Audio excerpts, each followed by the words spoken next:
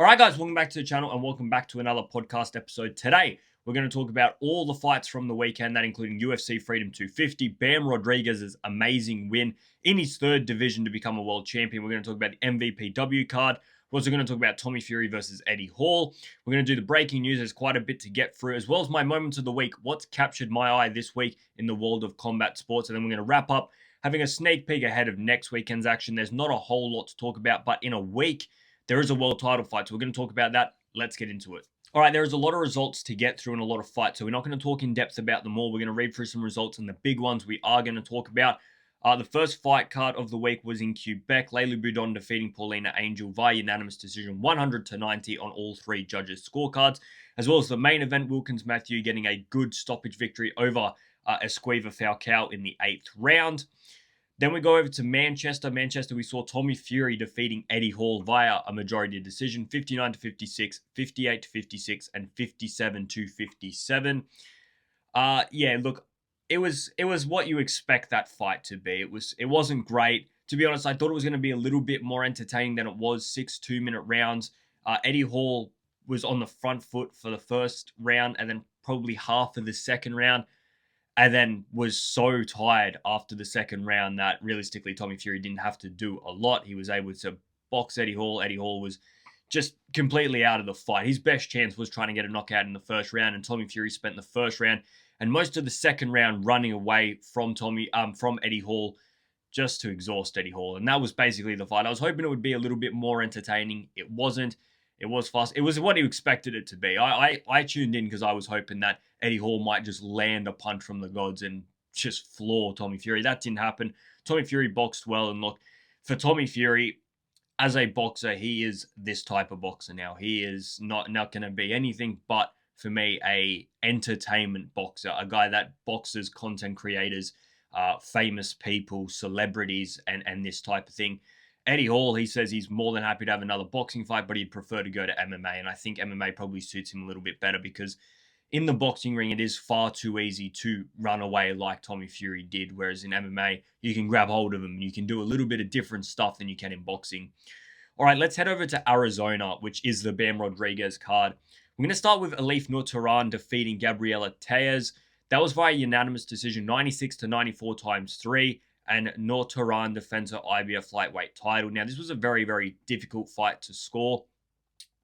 For me, we watched it live, and when I watched the fight, I thought Elif Nurtaran, although swings manically and misses majority of her punches, she did outthrow, she did outland Tejas. I think they were very similar in the amount of punches, like accuracy, that they actually landed to percentage of thrown. So Gabriela Tejas can more than hold her head up high. Like, she was so disappointed with the result. She was in tears. You can understand why. At 19 years of age, she was this close to winning a world title. And plenty of people had it a draw. Plenty of people had it to Tejas. It was more what you liked.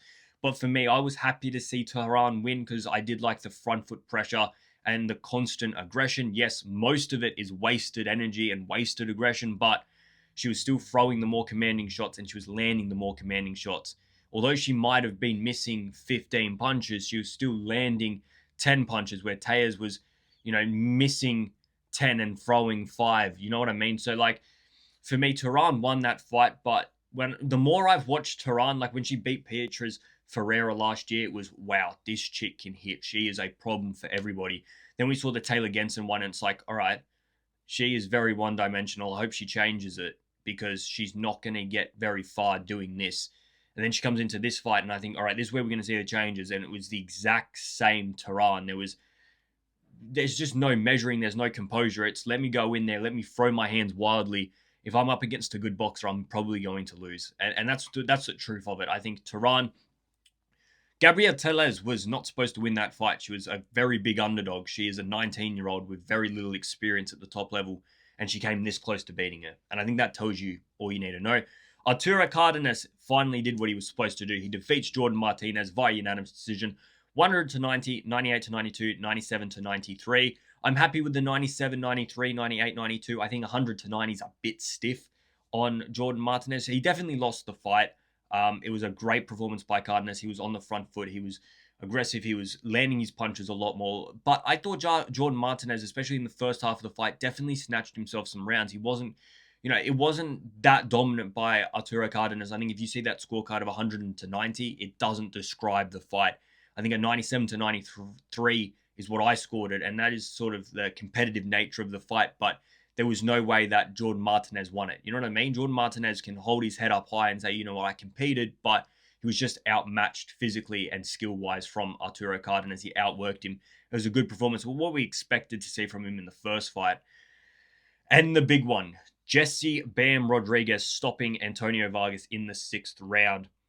You know what? I thought the 5th round where he lands that big counter left hand, that was the shot for me that I thought was going to end the night. Like, that was the shot. I called it before the fight started. I said, I reckon that Bam Rodriguez wins this with a big counter left hand. Similar to what he did to Puma, right? That's what I called in the before the fight. We saw it. I'm very surprised Antonio Vargas got up from that one, because the 6th round knockdown, which was at the end of a 4-punch combination, 2 rips to the body, a right to the head, followed by the straight left that gets straight through, lands on the chin, and drops Antonio Vargas. I actually thought, if either one was going to stop Antonio Vargas, it was the big left hand, because that one had a lot more power and a lot more torque on it than what that straight left did. But obviously he was still hurt from the 5th round. He did well to survive that 5th round, because Jesse Bam Rodriguez was hunting him down. And I thought Jesse Bam Rodriguez's performance, it has come under a little bit of, criticism, which is funny. Like, he just became a 3-division world champion. For me, top 3 pound for pound. And on top of all of that, he stopped a world champion in this new division in the 6th round after dropping him once in the 5th, right? Like, that, all of that sounds so good for Bam Rodriguez, but there is more to that fight. Like, coming into the 5th round, I had it 2-2. Some people had it 3-1 in favor of Antonio Vargas. So, it wasn't smooth sailing. He did just land a big counter shot that, you land one of those. I'm not saying anybody can land that shot, but it's one of those shots that, upsets fighters. It's one of those shots that turns the tide. It's the shot that comes out of absolutely nowhere. And it can happen for the underdog. It can happen for the favorite. This time it happened for the favorite, Bam Rodriguez, landing a beautiful counter that we know he can land.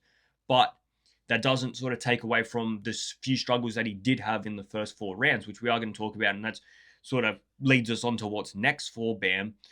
When you watch that fight for Bam Rodriguez, Antonio Vargas in this new division, I didn't think he was really sitting on his punches. Whereas Bam Rodriguez, a bit of a different way of approaching this fight. He wasn't really throwing many combinations. Everything he was throwing he was sitting on them. Like, he was really turning into every punch, whether it was to the body or to the head. One-off shots, pivoting, another one-off shot, uppercut, bang. Like, everything was really torqued up, trying to put 90, 100% power on everything. Antonio Vargas approached it the way that you really should be approaching a fight against someone like Jesse Bam Rodriguez, that moves so well, that has good footwork, that pivots, that creates angles consistently. And that is, I'm not going to throw anything with 100% power. I'm going to, make sure that every punch that I throw lands at 40% rather than throwing a heap of punches at 80% and missing, right? Because that's where you are going to get countered. Fortunately, he still gets countered, but that was more of a slow, sort of predictable combination that he was throwing, a weak jab followed by not a very strong right hand, and gets caught with a left hand. So for Antonio Vargas, he would approach the fight, all right, I'm going to put 40% on power, but I'm going to keep landing, I'm going to keep moving, I'm going to keep giving something to Bam. Bam's never going to have a moment to rest. Bam's never going to have a moment to have a look at me, because I'm going to consistently throw my hands, and every time Bam hits me, I'm going to hit him back. And it was working for Antonio Vargas. And for somebody that wasn't putting a lot of power on his punches, they were having an effect on Bam Rodriguez. You could see Bam getting pushed back from jabs. You could see Bam not comfortable in those 4 early rounds. Obviously, it all changes when he lands the big shot. But if you're talking about some of those things from Antonio Vargas, like, it was nothing captivating. It was nothing that was really, surprising us. It was just some good work from Antonio Vargas. The problem is created when we look ahead for Bam Rodriguez, which we are going to do now. We all want to see Bam Rodriguez versus Inoue, right? But that's going to be another division higher. If in this division right now, those sort of accurate, not completely being lent into punches from Antonio Vargas, these 40, 50% power punches from Antonio Vargas are, disrupting your rhythm, causing you to bounce back a little bit, whipping your head back a little bit, you're not completely comfortable. How are you going to look another division higher against somebody that hits like Inoue? And that's where the question marks are starting to come up. And when I watch that fight, Yes, he gets the great win against Antonio Vargas. It's a big win. It is a round 6 knockout against a champion in a new division. It's all great, but there were some problems in the early rounds that you say, all right, when you come up against the number 1 guy in the world, right? Antonio Vargas is a good fighter. He's a world champion, but he's nowhere near the number 1 in the world, pound for pound, the monster Inoue, in another division higher. So coming into fight week, I says if Bam Rodriguez looks really, really good and he wins by knockout, yeah, I just want to see Bam Rodriguez versus Inoue. And he did look really good, and he did get the knockout, but there were some problems, and I'm just not convinced right now that Bam Rodriguez goes up another division and beats Inoue. And realistically, that's what we want to see. Not because we dislike Inoue, we just want to see Inoue tested against a high-level opponent. We don't want a Bam Rodriguez that isn't ready. We don't want a Bam Rodriguez that can't cut it at that weight. It's not what we want to see. If we're going to see that, I'd prefer to just see Inoue versus Junto 2. So if Bam Rodriguez isn't comfortable, if his coach isn't comfortable with how he's working, yeah, I think I'm on the side of let's see that Christian Medina fight, which is the one that they keep talking about. They keep talking about unifying Jesse Bam Rodriguez at bantamweight and then moving up to super bantamweight. It's originally it was I was hearing Takuma in a way and then Naoya. Now it sounds like no, we're going to unify with Christian Medina on that September card with Canelo Alvarez versus Christian Bealey, the Mexico versus the world or whatever that card's being called. So yeah, great. Let's have 2 fighters, right? 2 Mexican fighters. Christian Medina, Bam Rodriguez, up against each other. It writes itself. It'll be a great fight to put on that card. It's just a question of, do we want to see that? And will this fight between Bam Rodriguez and Inoue not happen because he takes the Medina fight? And that's all the logistical things that they need to work out. I'm happy if they have the Christian Medina fight now, right, in September, and then in January, February, they take on Inoue. But it's not a guarantee that Inoue stays at super bantamweight that long. We're already at a tilting point of Inoue moving up. And I think Inoue at featherweight, from what we've seen from Bam, in the very small amount that we've seen him at bantamweight, I'm not convinced that a Bam versus Inoue at featherweight is at all competitive. Because I think Inoue is just going to get better at featherweight. Bam might just be too far out of his depth. And we're going to have to wait and see. Like, at the end of the day, he is a super flyweight fighter. So going up 2 divisions to take on Inoue is one ask. To go up 3 is another. I think we've covered just about everything to talk about Jesse Bam Rodriguez. It was a great finish to that fight. A beautiful left-hand to start the rot. And then coming into the 6th round, 4-piece combination, at the end of which a straight left drops Antonio Vargas. And he becomes, like I said, 3-division world champion. And for me, I think he's got to be top 3 pound for pound. Like, everybody's got a different opinion on pound for pound and how you rank it. Some people have outcast Usyk off that one performance all the way out to like 8th or 9th, right? I think it's harsh to do that, considering I also give Usyk the benefit of the doubt, the fact that he is fighting at a heavyweight division. But if you're going off, I guess it just depends how you read pound for pound. If you're reading it off right now, this current mold off their last performance, if everybody was the same weight, who beats who? Well, Alexander Usyk is clearly that far down because it was such a poor performance by Rico. And Inoue clearly goes to number 1 because it was such a good performance against Junto. And I think Bam Rodriguez, 3 divisions, 26 years of age. Can you believe that? For me, top 3. I think in and around, Shakur Stevenson's and Dimitri Bivol still are up there. I think Devin Haney's pushing the top half as well. So it's really everybody's opinion, but I think I would have no problem with anybody putting Bam in the top 3. All right, we took a little bit of time to talk about that, so let's try and rush through some of these other ones. The MVPW card we're not going to really talk about. Tiara Brown defeats Hannah Noel Rapp by a unanimous decision, 99-91, 97-93, 99-91. Of course, retaining her featherweight title. Stephanie Algieri Osorio defeats Evelyn Bermudez via unanimous decision, 99-91 times 2 and 100-90. I didn't think it was going to be. I didn't think it was going to go like that. Let's just say that, because Bermudez was the champion at that point, and although it was going to be a competitive fight, well, I thought it was going to be a competitive fight. It wasn't. O'Shea Jones gets a split draw with Elia Carranza, 96-94 one way, 94-96 the other way, 95-95, getting you a split draw. All right, let's talk about UFC Freedom 250. UFC Freedom 250 at the White House. Unbelievable event. We're going to get to that. Diego Lopes KOs Mean Machine Steve Garcia in round 2. Well, I thought Steve Garcia won the very first round, was looking good. Diego Lopes looked a little bit standoffish. And then coming into the second round, Diego Lopes got on the front foot, started being a little bit more aggressive. And Steve Garcia, we know how he likes to fight, but Diego Lopes was quicker to the punch, lands a great left hand, and Steve Garcia, being the type of fighter he was, realistically should have just tried to hold on for dear life, but he tried to fight on, and he get found out by Diego Lopes. And we're seeing a trend with Diego Lopes now that if he's not in a sort of world title fight, there's clear levels. You know, there is clear levels. He did it to Silva. Whenever, like, Diego Lopes was clearly outmatched in the first fight against Volk, and I thought it was even more comprehensive from Volk in the second one. So Diego Lopes is in and around that world title shot, but then when he drops down, he's clearly above that sort of second tier. He's got to be, you know, in and around interim titles, versing the number 2, number 3 contenders, if not fighting for world titles. And we see that every time Diego Lopes takes a step down, he gets a clinical victory. And this was a clinical victory from Diego Lopes. Bo Nickal KOs Kyle Dukas at the end of round 1. This was an odd fight because Bo Nickal takes him down very, very quickly in this fight, like 10 or 15 seconds into it. He already gets the takedown and he's in top mount. He lands some good elbows to cut the forehead of Kyle Dukas. And then, you know, he was still working on the top. There wasn't a whole lot of action, but he was still working. He was still using his elbows, still throwing a few punches, still trying to progress the position. And then I think it was Jason Herzog that was refereeing, stood him up. I was very surprised. I don't know whether, like, if we just talk about the whole event, like, we didn't see one decision, everything KOs, all exciting fights. We didn't really see any groundwork.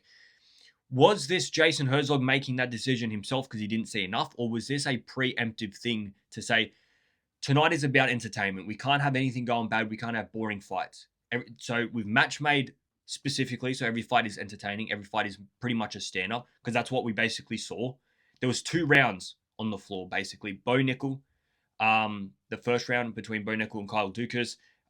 Josh Hokit versus Derek Lewis, the first round, and that was on the ground. And apart from that, I think everything else was stand-up. Yeah, I'm just reading through it. Everything else was stand-up, apart from a little bit in the main event. But we're going to get to that talk. So in almost all the fights, everything was stand-up, everything was entertaining. So I wonder whether Jason Herzog, because I'm pretty sure, if it's not Jason Herzog, I do apologize, but I'm pretty sure it was Herzog. Did he stand them up because he thought there wasn't enough action, or was he told, you know, if it's getting boring, you've got to stand them up? And I feel like that's what we saw. But Bo Nickal, a very, very good performance. And I think Bo Nickal should do stand up a little bit more. I think he's got very, very good boxing skills. Obviously, he is a wrestler. But I think when you've got hands like Bo Nickal, you can stand up, because Kyle Dukas was supposed to be, you know, equal, if not the more superior guy on the stand up, and Bo Nickal found him out. Mauricio Ruffy dominates Michael Chandler. Michael Chandler was my biggest letdown of the Freedom card. I thought Michael Chandler didn't turn up at all. He looked a little bit lost. He didn't look like he had a clear game plan. He was sort of half-assing takedowns, half-assing punch. He lands one sort of good Superman punch, and that's all I really remember. Mauricio Ruffy, there's still the questions about the ground game, and there's going to be until he can prove that wrong. But this fight here was stand-up. Those spinning heel kicks are brutal. Considering most of them were blocked by Michael Chandler, they were still rattling his fucking brain. Mauricio Ruffy was just too good. And the power and the range is something that is such a gift. Like, he is so big for the division. The fact that he can pick you off from so far away, he's so athletic, and everything has so much torque and power on it. He is a massive, massive problem. But I was disappointed in the way Michael Chandler approached that fight. And I think we are seeing Michael Chandler at 40. That was his career worst performance, in my opinion. And after it, I don't really particularly want to see him in there again, because it was that bad. It was, and it was a type of performance where it looked like the chin isn't there at all, because some of the punches, some of the kicks, like I said, they were being blocked. They were being glancing shots, and they were still rattling his brain. He was all over the place, and the fight needed to be stopped late in that first round. Josh Hokit stops Derek Lewis. Derek Lewis looked so unmotivated. Him or Michael Chandler are the worst 2 performances. I don't want to take anything away from Mauricio Ruffy, because he did what he had to do. I don't want to take anything away from Josh Hokit. He had a good game plan. Tired Derek Lewis out in the first round by wrestling, come out the second round, and start boxing him. And the 1-2, that right hand especially, wouldn't miss. And Derek Lewis, unmotivated. He just looked like he couldn't be fucking bothered. He looked like he didn't care to be there, which is disappointing. It wasn't really a Derek Lewis performance. He threw a few leaping shots in the second round that were nowhere near its target. He was tired after about 2 minutes of the first round. And Josh Hokit, I said it was a dangerous fight for him. He talks a lot of shit. It can go very, very wrong. And Derek Lewis is that guy that on his night can land a big shot and put you to sleep, whether it's an uppercut, whether it's a big right hand. And Josh Hokit wrestles him in the first round, tires him out, comes out the second round, and just boxes him. And it was that right hand. Like I said, it was that right hand that did the damage. For Hokit now, I think he's ranked 5th. He might be higher than that now. I'm not sure, but he's in and around the top 5 in heavyweight. He's got to be closing in on a shot at the interim title, at the heavyweight title. We're going to talk about where that goes, but Hokit is very, very close. And what I like about him is he's not a big heavyweight and he's athletic, right? Like I think Hokit can go 3 to 5 rounds comfortably, right? We see the athleticism. We saw that spinning heel kick that he threw early in that fight. He's got that athleticism. He's got the speed and he's got power on it. And he's a good wrestler. Like he was an NFL player for quite a while. Like he was in and out of camps doing training trials and all sorts. So he's a very good athlete, and he shows that. The heavyweight division isn't stacked. Let's be honest. The heavyweight division is pretty shit at the moment. But Josh Hokit, and you know what? People like him. I don't like Josh Hokit. I think he's annoying as fuck. The Incredible Hulk. I think he's a fucking idiot. But some people like it, and I respect that. I respect the fact that he is somebody that is driving viewership. He gets people talking about the fight. He gets people entertained. He's building up fights. Because a lot of time in boxing, all right, and a lot of time now recently in the UFC, we don't get that. The press conferences are boring. People aren't invested. This guy here, I mean, the Michelle Obama quote itself is just fucking outrageous. Standing at the White House and you're dissing a former president's wife. Like, if you didn't see the clip, I mean, he's there saying some outrageous. Just search it up. Josh Hokit, Michelle Obama. You'll see and hear it. Sean O'Malley stops Ayman Zahabi in the second round. It was a good knockout. It was a very, very good knockout. Like, he lands the left hand first and drops him and then comes over with the right hand as Zahabi's trying to get back to his feet. I thought the stoppage was a bit premature. Maybe the angles are a bit weird because the first one drops him and then the second one drops him a second time. So, you know, it's clear all Sugar Sean's going to do is jump on top of him and beat the shit out of him. So I can understand the referee stopping in. It didn't look like the typical knockout, if that makes sense. Like, Sugar Sean lands the right hand and automatically celebrates, and Zahabi's sort of still got his wits about him. He's still trying to get back to his feet. So typically we see those carried on. We see them allowed to finish that fight. So that was my only thing. I feel like people have varying opinions on that. For me, I expected it to go on, but some of the angles make it look like, yeah, we know what was going to happen next.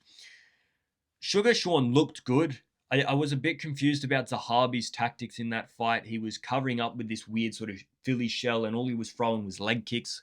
And then there was a quick burst of energy where he threw some big hooks that missed by a mile, and that was about all he presented in the fight. I thought Sugar Sean, once again, was just showing his boxing skills. Great jabs to the body, right? Good combinations up top, and he finds the finish. It was a good performance by Sugar Sean, and finally, I said before the fight, I want to see Sugar Sean find a finish. It's been quite a while since we've seen the Sugar show, right? I think it was Aljo Sterling the last time we saw a knockout from Sugar, so that's a long time ago. Zahabi is number 8 contender. It was a good win for Sugar Sean, and to cap it off with a knockout makes it even sweeter. Ciryl Gane KOing Alex Pereira at the start of the second round. Not how I envisioned that fight to go, not how I wanted that fight to go. As everybody knows, I am a big fan of Sharma himself, but you got to give credit to Ciryl Gane. All right, we all knew that this fight here, this was the closest fight on the card, and we all knew it was going to be the closest fight because Alex Pereira trying to become a heavyweight is a tough ask. All right, and Ciryl Gane, he beats the guys. All right, he's beaten everybody apart from Ngannou and John Jones. So you have to be pretty fucking good to beat Ciryl Gane, and he'll find you out. And he's very, very good at stand-up. He's good at kickboxing. And that's what we saw. We saw a kickboxing match between him and Alex Pereira.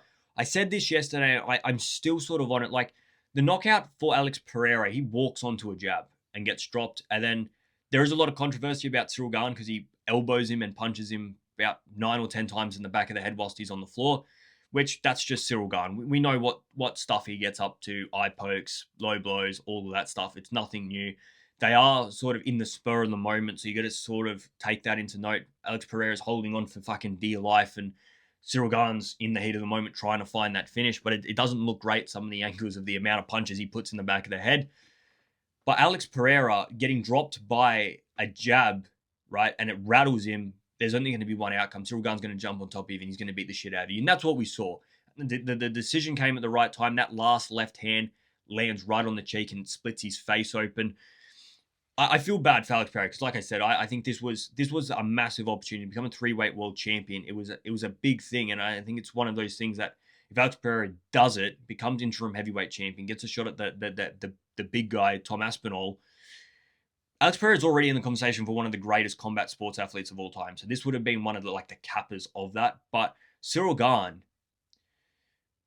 I don't think Ciryl Gane just won this fight because he's the natural heavyweight fighter. I think he was just the better kickboxer on the night. Like he used his skills better than Alex Pereira. He was picking off Alex Pereira. He was making Alex Pereira miss. He was hitting him with counters. He was able to walk Alex Pereira into punches. He was using the jab very, very well. The right hand coming over and finding its place.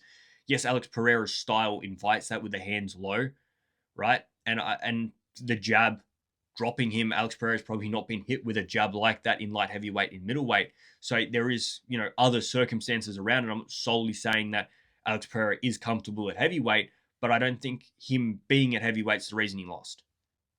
And I feel like some people are saying that. I feel like I've seen people saying Alex Pereira only lost because it was at heavyweight. No, I think he was outmatched, outgunned, and outskilled by Ciryl Gane on the night. The heavyweight thing is a component. All right, that jab was a heavy jab, and he did get floored by it. And it is a big step up.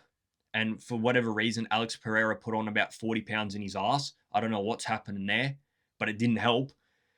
So there are mitigating circumstances, but I think people are taken away from how good Ciryl Gane was. Like Ciryl Gane won the first round against Tom Aspinall, came in here and beat up Alex Pereira. So Ciryl Gane for me most definitely gets a title shot. That's probably what we should talk about now. I saw yesterday Tom Aspinall. I'll play it right now. Paris in September, eh? I'll do that. I'll do that. Let me know. So Tom Aspinall seems happy to have that fight in Paris in September against Ciryl Gane, like Ciryl Gane was calling for after his win. And that's the fight. I'm glad to hear Tom Aspinall saying he's ready to fight. I'm glad to hear Tom Aspinall saying he's ready to take on Ciryl Gane and defend that belt. I'm very happy because for a while there we were sort of in limbo land of what the fuck Tom Aspinall is going to do. And I think Tom Aspinall versus Ciryl Gane is still as good a fight as it was in the first place. And I think Ciryl Gane is going to take a lot of confidence from the first round against Tom Aspinall. I think he's going to take even more confidence from stopping Alex Pereira. I think people will be on the hype train of Ciryl Gane. And top all of that off, Tom Aspinall might be all over the place considering how the round one came against Ciryl Gane and the eye thing. I think it's going to be a more competitive fight. And I wouldn't be surprised if people give the edge to Ciryl Gane. All right, if you haven't already seen, I have already made 2 videos talking about Ilia Topuria and Justin Gaethje on the channel, so I wouldn't mind you guys checking those out so this video doesn't get too long, but we are going to quickly talk about it. A great performance by Justin Gaethje. The guy hits so fucking hard, man. And you know what? One thing I didn't talk about in the other 2 videos, which we might as well talk about now, is the size thing. Ilia Topuria, we knew he wasn't the biggest in this lightweight division, right? We knew he wasn't going to be. But fuck, Justin Gaethje looked massive. Like, massive. And if we saw a Ilia Topuria versus Islam fight, like if that fight did actually happen, I feel like we would have seen a very similar thing. I think everybody thought Ilia Topuria versus Islam would be a competitive fight at lightweight, but Islam's fucking huge as well, man. So Justin Gaethje, a great performance. His face, I mean, you just compare the 2 faces and you can see who won that fight. And it's not as simple as that, but it is as simple as that, all right? Justin Gaethje, Khabib is obviously right about how hard he hits. Like, he cut him up with the very first uppercut he threw. Ilia Topuria said after 2 rounds he couldn't see. And after 4 rounds, his corner say, you've had enough, man. But just, you look at him on this stool. Like, what this does to Ilia Topuria's confidence and how he goes forward, because he can't now expect to just march everybody down and walk him down. He's going to have to start using that wrestling ability that he has. He's going to have to start switching it up because he was getting picked off by jabs and getting pushed back by Justin Gaethje. And that's not discrediting Justin Gaethje. I'm just saying the way Ilia Topuria fights, he's not used to that. And he got humbled, man. That's what happened. He got humbled from Justin Gaethje. You couldn't be happier for Justin Gaethje. It was a good performance. I think going into the 5th round, if they had let it go forth, I think Justin Gaethje still wins that fight. Ilia Topuria won the 2nd round, and he really needed to close that show. And I think the fact that he didn't close the show was something that he just hasn't seen before. Like, Ilia Topuria has stopped everybody. The fact that Justin Gaethje came out for round 3, Ilia Topuria is like, I put all my energy into round 2. I hit him with absolutely everything I've got, and he's still here. And then you get dropped in that 3rd round with a big right hand. To end round 4, when you might be getting back into the groove, Justin Gaethje smacks your eye with an uppercut and then knees you in the ribs. It was a good performance by Justin Gaethje, and that probably undersells it. It was a great performance by Justin Gaethje, a career performance from Justin Gaethje. And Ilia Topuria's run comes to a dramatic end, and it wouldn't surprise me if it is 6 to 12 months before we see Ilia again. He's got to rebuild his confidence. Not only that, he has to rebuild his face, because there's probably 2 shattered orbitals, a broken fucking nose. Like, his face was a disaster after that fight. I can't believe how easily he cut up. And that's now going to be another problem going forth, because those cuts will open up again. That scar tissue isn't going to be that great going forth. He was beautiful before. Well, now he's going to have to contend with massive cuts in and around his eyes. All right, let's get through some of this breaking news and wrap up this video. All right, Boxer have announced a multi-fight deal with DAZN, beginning with Troy Williamson versus Callum Simpson on August 8th. This Boxer deal is now co-owned between DAZN and BBC. I don't know what the fuck's going on there. I do like that it's on DAZN, because I have so much trouble. Like, I have to connect VPNs and all sorts of shit just to watch the BBC events when Boxer put them on. So, you know, at least there's going to be shit on DAZN. I can watch some of it easier. But I don't know what's going on there. I don't know why this BBC deal went for like 2 fights, and now that they've, you know, off-sourced it to another company, are they not making the money? Are BBC not getting the views? I'm not sure. I think a bigger problem that Boxer have is every time that they have been putting on an event, there's been a bigger event on at the same time. That's the problem I think that they're having. They've got to go and fight on a Thursday night, right? If it's on BBC, go and fight on Thursday night, on a Friday night, instead of doing it on a Saturday night when you're competing with all the big dogs. That's what I think the bigger problem is. Michaela Meyer is taking on Chantel Cameron, and Caroline Dubois is taking on Amelia Moore. Charlo likely to face the winner of Tim Tszyu versus Errol Spence, which for me, early doors is Tim Tszyu. I just don't know what to expect from Errol Spence, but we're going to talk about that fight when it gets closer. Diego Pacheco is taking on Emmanuel Alim, and Andy Cruz is taking on Albert Bell for an IBF title eliminator. The Andy Cruz versus Albert Bell one, I fully back. Albert Bell is 28-0, 9 KOs. I still expect Andy Cruz to win, but he's coming off a loss, so this is the type of fight I expect. Diego Pacheco is undefeated. He ducks Hamza Shiraz, and now we're seeing him in there with Emmanuel Alim, who just lost in a shutout to Lester Martinez. Why? When is it go time for Diego Pacheco? When is it time that we see Diego Pacheco in one of these tough fights? No offense to Emmanuel Alim, but I expected more from Diego Pacheco. I've had people, like, I've been saying Diego Pacheco is overrated for quite a bit of time now. And every time I say it, people chirp in my ear, right? Oh, no, he's really, really good. He's this, he's this. Look at how many wins he's got. He's undefeated. And it's like, yeah, but his last 3 fights, he should have stopped basically all of them. He went to a decision them all. And now we get Emmanuel Alim when this guy should be facing people like Hamza Shiraz. And I don't mind Diego Pacheco. I think he has a lot to offer. I do think he's one of this new wave of super middle, but I don't know why he's being catered to this way. I thought at this point in his career, the step up's going to come, and I don't believe Emmanuel Alim is a very big step up, right? I'm not necessarily saying you had to face Hamza Shiraz, but there's other guys. Like, go and face Lester Martinez, the guy that beat Alim. That's my opinion. Look, you might disagree, but I don't fucking care. Tyson Fury walks out at the UFC Freedom 250 card, teases a fight, and announces that he will be promoted solely for the rest of his career by Turki Al-Sheikh. Yeah, there was back and forth. I'm glad I didn't make a video, because it did seem as though he was going to be signing with Zuffa. But it looks as though he's just going to be a Turkey fighter. Because the Zuffa thing was interesting, because that would mean Eddie Hearn would have to work with Dana White to get AJ versus Tyson done. So, yeah, we'll have to wait and see when this announcement's going to come. IBF have ordered Sam Goodman to take on Ryosuke Nishida for the interim super bantamweight title. They got 30 days until it goes to purse bids. Most likely it'll end up in Australia. It's probably not going to land on that Errol Spence card, is it? It's too soon. It's a month and a week or so till that. All right, let's get to my moments of the week. What's captured my eye this week in the world of combat sports? You're ready to quit, Ilia, you little bitch. And this is what I'd do to you. I'd make you fucking quit. You're quitting, Ilia, you little bitch. Never faced any adversity in your life, lad. And now you're facing it and you're fucking quitting like a little bitch. I went 5 with him, lad, and fucking kept biting down on me gummy and swinging. Tyson Fury wants to referee a fight between Dana White and Eddie Hearn. All this beef going on with Dana White and Eddie Hearn. I'm backing Dana all the way. Dana to knock his face right in.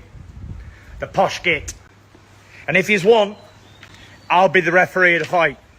GK all day, every day, let's go. Boom! Topuria linking up with Volk. These guys have become very, very good mates. And I even saw after the fight, Volk looking quite upset that Topuria lost. Okay, yeah. Whenever you want to go, just let me know and we do something in Spain. I would love you to. We're still in Spain. We'll do it. We'll do it. It's good, right?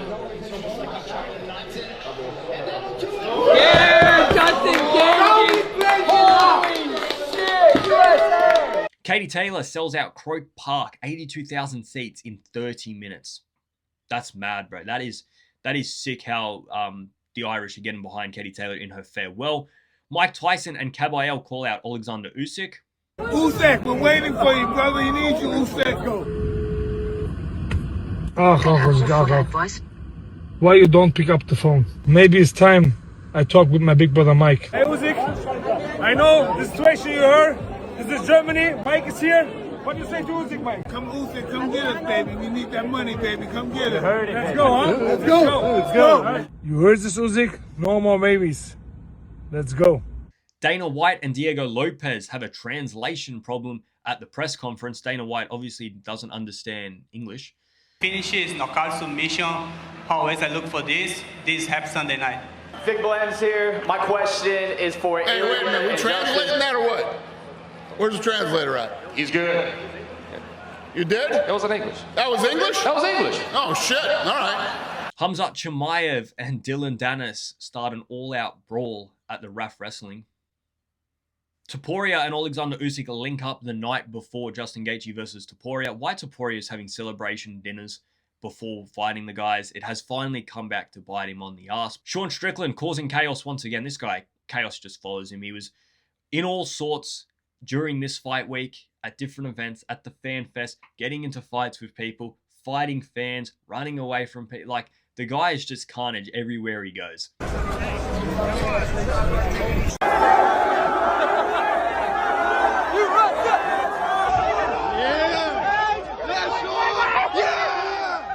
I saw this clip between Matty Johns and Justin Gaethje. Justin Gaethje saying that he puts on 30 pounds after a weigh-in, 14 kilos. And you could see how big he was from Topuria. I can't imagine Topuria is putting on that much weight after weigh-ins. I know lots of people sitting around that, but for me personally, 30 fucking pounds is outrageous. I know they put on a lot, but when he said 30 pounds, I said, surely not, bro. What are you doing to lose 14 kilograms, right? And then put it back on in the space of 48 hours. Outrageous. Look, we've seen the first promos for McGregor versus Holloway. Joe, Max is my child, brother. Welcome to the Mystic Max era, brother. Welcome back. Excuses, Welcome back. Max is Mystic Max is here. Return of the Max, July 11th. A bunch of gloves is going to get laid on that pretty face, brother. Keep it clean for me. I'm going to boss his age off me, hands down. The one thing I did take away from that is not only the shit talk, but McGregor looks so chubby. Like, his face is so fucking round and his neck is massive. And you look at Max Holloway, I wouldn't be surprised if there's a weight problem coming into this fight. I wouldn't be surprised because Conor McGregor looks huge. Like, this fight's only a month or so away. And McGregor looks massive. Obviously, like, yeah, he just looks too big to be facing Max Holloway. I know there's height things involved and everything else, but he looks huge. All right, the last moment of the week, and it is the scenes at the White House. What we saw this weekend at UFC Freedom 250 will never be replicated, can never be replicated, and for me is arguably, if not the greatest combat sports event of all time, and up there with one of the greatest sporting events of all time. I'm not saying it's the number one, but it's definitely in that conversation. I think a celebration to America at the White House, great night of fights. I love the military that they brought in as part of that event, honoring the military, the fan fest over at the Ellipse, the millions and millions of people over there watching. An amazing event, one that cannot be replicated. And you think, when Dana White bought this broke company 30 odd years ago to now fighting at the White House, you got to give that guy credit, because I thought it was amazing. I know a lot of people are ripping in, probably because they just dislike Trump. Regardless of if you like or dislike Trump, that event is a spectacle and a half. The planes flying over during the national anthem, Unbelievable. All right, let's quickly have a look ahead. We're just going to make this quick. Oscar Koyatsu is taking on Joey Kanoi. I expect Koyatsu to win. He is, for me, a top 10 pound-for-pounder. He just doesn't get the credit because he fights in that division. Ashton H2O Silva is taking on Jojo Diaz. Jojo Diaz hasn't won. Well, he's won 1 of his last 5. He's won 1 fight of his last 5. And one of those were a stoppage to Oscar Duarte that he lost. He lost to Rocha, he lost to Prograis, he lost to Montoya, and he lost to Duarte. Jojo Diaz, though, saying all that, he's still a test. You still got to deal with him. He was still a problem. I don't think he's very comfortable at the weight. And I expect H2O Silva to win. And finally, Lewis Crocker versus Liam Paro, which take place next Wednesday for me in Australia. Depends where you are around the world. It's an interesting fight. We might make another video talking about it later, but for me, I've consistently said since the fight got announced that I believe Lewis Crocker wins, and I believe Lewis Crocker wins because it's at welterweight.